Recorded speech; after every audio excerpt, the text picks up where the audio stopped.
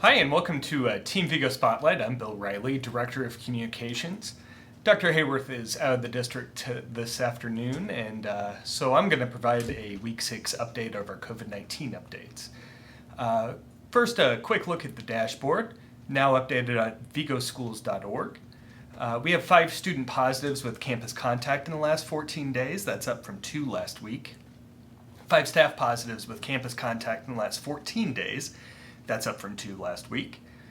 84 students actively quarantined, that's up from 30 last week, and 10 staff members actively quarantined, that is down from 12 last week. So we're up a little in positive cases, and we have more students being quarantined from cases in the community, but they're not coming to school positive. One of the things that tells us that is contact tracing, and I wanted to take some time to discuss contact tracing today because it's a big reason behind our change in educational model that we just announced. We feel comfortable bringing more students into our schools now.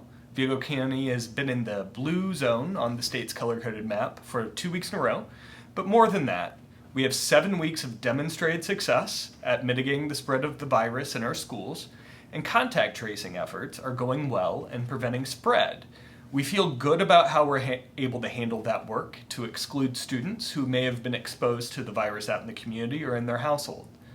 We contact trace and debrief every case with our nursing staff and the health department.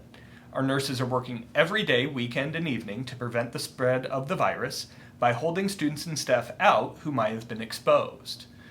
It's also important to note that when we started school, the positivity rate was in the teens. Now it's in the 3 to 4% range in Vigo County, and testing has actually increased in that time.